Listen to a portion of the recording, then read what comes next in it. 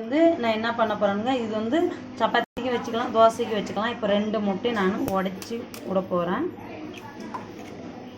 இது உடச்சிட்டு இதில் என்ன செய்ய போகிறேன்றதை நான் உங்களுக்கு காமிக்கிறேன் பாருங்கள். சிம்பிளான வேலை, உங்களுக்கு குயிக்காக முடிஞ்சிடும். இதில் வந்து நம்மளுக்கு தேவையான அளவுக்கு காரப்பொடி போடலாம். உப்பு எவ்வளோ வேணுமோ அந்த அளவுக்கு உப்பு போடலாம்.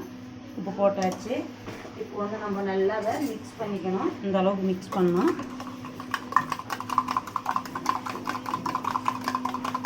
மிக்ஸ் பண்ணி ஆயிடுச்சு. இப்போ வந்து பானல் காய வச்சுருக்கிறேன். பானல் காஞ்சிடுச்சு. நம்மளுக்கு வந்து லைட்டாக எண்ணெய் போடணும், ஜாஸ்தி போடக்கூடாது. இது நான்ஸ்டிக் அதுக்கும். இந்த அளவுக்கு இப்படி பண்ணி வச்சுக்கணும். பண்ணி வச்சு இப்போ நம்ம வந்து உடச்சி வச்சுருக்கிற முட்டையை வந்து நல்லா மிக்ஸ் பண்ணியாச்சு. இது ஊற்றணும், இப்படி ஊற்றணும். ஊற்றி இப்படி பண்ணிட்டா அது வந்து நம்மளுக்கு பபுள்ஸ் மாரி வரும். அடுத்தது வந்து நான் பாருங்க, இது ஒரு பானில் தனியாக வச்சுருக்கிறேன். அதை முட்டை ஆம்லேட் ஆகிருக்கு. இது பானில் காஞ்சிச்சு. இதுலேயும் வந்து நம்மளுக்கு தேவையான அளவுக்கு எண்ணெய் ஊற்றலாம். பானில் காஞ்சிடுச்சு. இப்போ நம்மளுக்கு இது வந்து தேவையான அளவுக்கு எண்ணெய் ஊற்றலாம். இது கூட வந்து எதுவும் போடக்கூடாது, கடுகு போடக்கூடாது. எண்ணெய் காஞ்சிடுச்சு.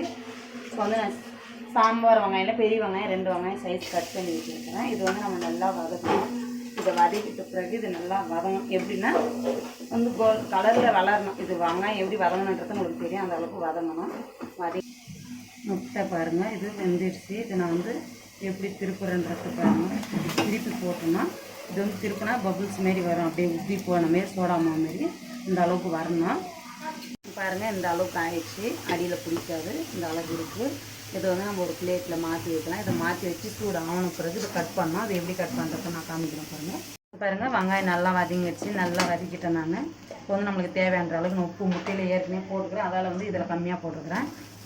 உப்பு போட்டாச்சு. இப்போ நம்மளுக்கு காரம் வந்து எவ்வளோ வேணுமோ அவ்வளோ போடலாம். கொஞ்சம் ஜாஸ்தியாக போட்டிருக்கிறேன் நான். அதேமாரி மஞ்சாத்தூள் எவ்வளோ வேணும் மஞ்சாத்தூள் போடலாம். நம்ம முட்டையில் வந்து உப்பு மிளகாத்தூள் போட்டுக்கிறேன். மஞ்சாத்தூள் போட்டாச்சு நான். இப்போ வந்து இதை நல்லா இப்படி வெங்காயத்துலேயே வதக்கிடணும். அந்த பச்சை வாசனை போகணும். அப்போ தான் வந்து நம்மளுக்கு அதில் டேஸ்ட்டு தெரியும். இங்கே பாருங்கள், இந்த அளவுக்கு நம்ம ஆம்லேட் போட்டிருக்கிறோம். உங்களுக்கு தெரியுது பார்க்க சொல்ல எப்படி இருக்குதுன்னு பாருங்கள். இதை வந்து நம்ம சின்ன சின்னதாக பீஸாக கட் பண்ணணும்.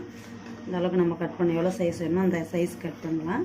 இது கட் பண்ணிவிட்டு இந்த அளவுக்கு வந்து சின்ன பீஸாகவும் போடலாம், பெரிய பீஸாகவும் போடலாம். இது வந்து நம்ம தோசைக்கும் வச்சுக்கலாம், சப்பாத்திக்கும் வச்சுக்கலாம். அப்படி இல்லைனா சைடிஷாக சாப்பாட்டுக்கும் வச்சுக்கலாம். ரசம் சாதம் செஞ்சால் நாங்கள் வந்து இது வந்து சப்பாத்திக்கு பண்ணுறோம். நீங்கள் எவ்வளோ முட்டை வேணாலும் போடலாம். நாங்கள் வந்து 4 முட்டை போட்டிருக்கிறோம். இப்போ பாருங்கள், இந்த அளவுக்கு வதங்கிடுச்சு. நல்லா நான் சொல்லியிருக்கிறேன் ஆல்ரெடி உங்களுக்கு. இந்த அளவுக்கு நம்ம வதக்கணும். இது வந்து இப்போ நம்ம முட்டை கட் பண்ணி வச்சுருக்கோம். இது வந்து 4 முட்டை. இந்த அளவுக்கு நம்ம இது ரோஸ்ட் பண்ணிடலாம். இது பார்க்கறதுக்கு வந்து உங்களுக்கு பொரியலாகவும் தெரியும். நம்ம சப்பாத்தி தோசை கூட வச்சு சாப்பிட்டாலும் சாப்பிட்லாம். நாங்கள் இது வந்து உங்களுக்கு ஆல்ரெடி சொல்லியிருக்கேன். நான் தோசை கூட வச்சு சாப்பிட்றேன், சப்பாத்தி கூட வச்சு சாப்பிட போகிறோம் இன்றைக்கி நைட்டு டிஃபனுக்கு. இந்த அளவுக்கு ஆயிடுச்சு. இது பார்க்குறதுக்கு உங்களுக்கு வந்து பன்னீர் மாரி தெரியும்.